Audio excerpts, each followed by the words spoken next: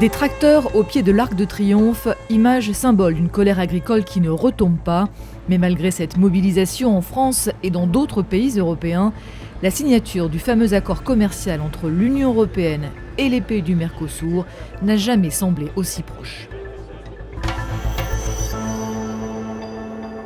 Ursula von der Leyen, présidente de la Commission européenne, avait prévu de signer en décembre le traité de libre-échange entre l'UE et 4 pays sud-américains, Brésil, Paraguay, Uruguay, Argentine, qui font partie de ce qu'on appelle le Mercosur, le marché commun du Sud.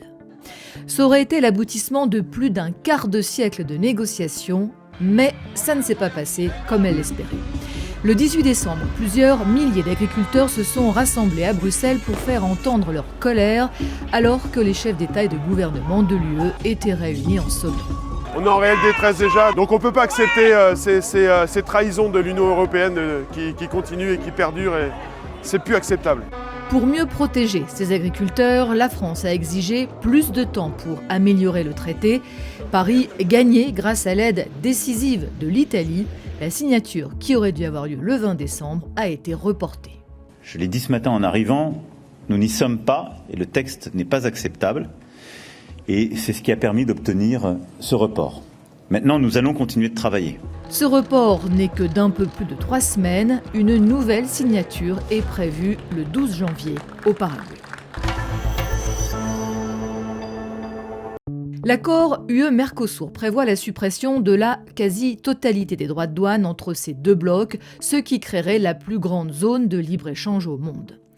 Objectif, favoriser les exportations européennes de voitures, alcool, chocolat, huile d'olive ou fromage. Et, dans l'autre sens, faciliter l'entrée en Europe de viande, sucre, riz, miel ou soja sud-américain. L'accord est défendu par une majorité d'États membres de l'UE, dont l'Allemagne et l'Espagne. L'Allemagne parce qu'elle espère écouler plus de voitures alors que ses constructeurs automobiles sont en difficulté. Et l'Espagne parce qu'elle espère exporter plus de vin et d'huile d'olive. Mais en France, première puissance agricole en Europe, les éleveurs y sont farouchement opposés. Ils y voient une concurrence déloyale face à des Sud-Américains qui travaillent avec des normes environnementales, sanitaires et sociales bien moins contraignantes qu'eux et qui peuvent donc vendre bien moins cher qu'eux. Ils redoutent notamment le géant brésilien, premier exportateur mondial de viande bovine. Ça fait maintenant des années qu'on nous bassine à nous expliquer qu'on a l'agriculture la plus vertueuse du monde. Et d'un coup, d'un seul, pour des voitures ou je ne sais pas quelle raison, on va faire rentrer des denrées de très très mauvaise qualité. On nous assène de charges et de contraintes. Et puis non, on va laisser rentrer cette cochonnerie. Vent debout contre cet accord depuis des années, les syndicats agricoles ont exhorté Emmanuel Macron à prendre clairement position. Je suis plutôt positif. Début novembre, le président avait semblé très proche d'accepter un accord que sur le fond il juge bénéfique pour plusieurs filières, notamment viticoles et industrielles. Un mois plus tard, changement de ton. La Commission a fait des avancées, mais le compte n'y est pas. La France exige que les produits importés par l'UE se voient imposer les mêmes normes que les produits européens. Nous voulons donc ce qu'on appelle des mesures miroirs, en particulier sur l'alimentation animale, les pesticides. Sinon, ça n'est pas juste. Difficile pour le président de rester sourd face à l'ampleur de la mobilisation en France, surtout à un moment où l'élevage français est par ailleurs durement touché par la crise sanitaire de la dermatose bovine, mais aussi celle de la grippe aviaire, sans compter que la position des agriculteurs est soutenue par la quasi-unanimité de la classe politique française. Yes, I'm confident that we have the sufficient majority. It's amazing that we are moving towards the conclusion of this so important trade agreement.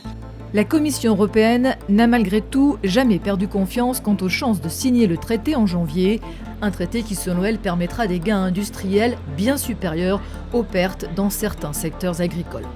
Pertes qui seront de plus limitées par un système de quotas. Les exportations de viande bovine sud-américaine vers l'UE ne pourront ainsi pas dépasser 1,6% de la production des 27 pays membres. Au-delà, des droits de plus de 40% continueront à s'appliquer. Des clauses de sauvegarde ont aussi été ajoutées permettant de réintroduire des droits de douane en cas de déstabilisation des marchés agricoles considérés comme sensibles. La Commission insiste aussi sur la nécessité pour l'Europe de se rapprocher des pays du Mercosur riches en lithium, cuivre, fer, cobalt, autant de ressources essentielles à la transition énergétique et technologique. Signer ce traité, c'est aussi pour elle réduire la dépendance de l'UE vis-à-vis notamment de la Chine. Côté sud-américain, l'impatience gronde et le Brésil a prévenu les Européens que c'était désormais à prendre ou à laisser. Nós vamos ser duros daqui para frente com eles, porque nós cedemos a tudo que era possível a diplomacia ceder. Quoi que décide Emmanuel Macron face à la mobilisation agricole, la France ne pourra pas bloquer seule la signature du traité. Pas besoin en effet d'unanimité au sein de l'UE pour adopter cet accord. Une majorité dite qualifiée est tout de même nécessaire, c'est-à-dire plus qu'une simple majorité. Il faudrait qu'au moins 3 autres pays se joignent à la France et qu'ils pèsent ensemble plus de 35% de la population de l'Union pour former une minorité de blocage. L'Irlande a déjà annoncé qu'elle ne signerait pas le traité. En décembre, outre l'Italie, la Pologne et la Hongrie avaient également refusé de le signer en l'état. Mais depuis, Rome, amadoué par d'ultimes gestes de la Commission européenne en faveur des agriculteurs, a vanté les énormes avantages d'un accord UE-Mercosur, de quoi faire sérieusement vaciller une éventuelle minorité de blocage. Dans le cas où le texte serait adopté en janvier par les dirigeants des 27, ce ne serait pas pour autant la fin du processus. Il devra en effet encore passer par un vote au Parlement européen où la partie pourrait s'avérer serrée. Environ 150 députés ont déjà appelé le Parlement à se tourner vers la Cour de justice de l'Union européenne pour contester le traité.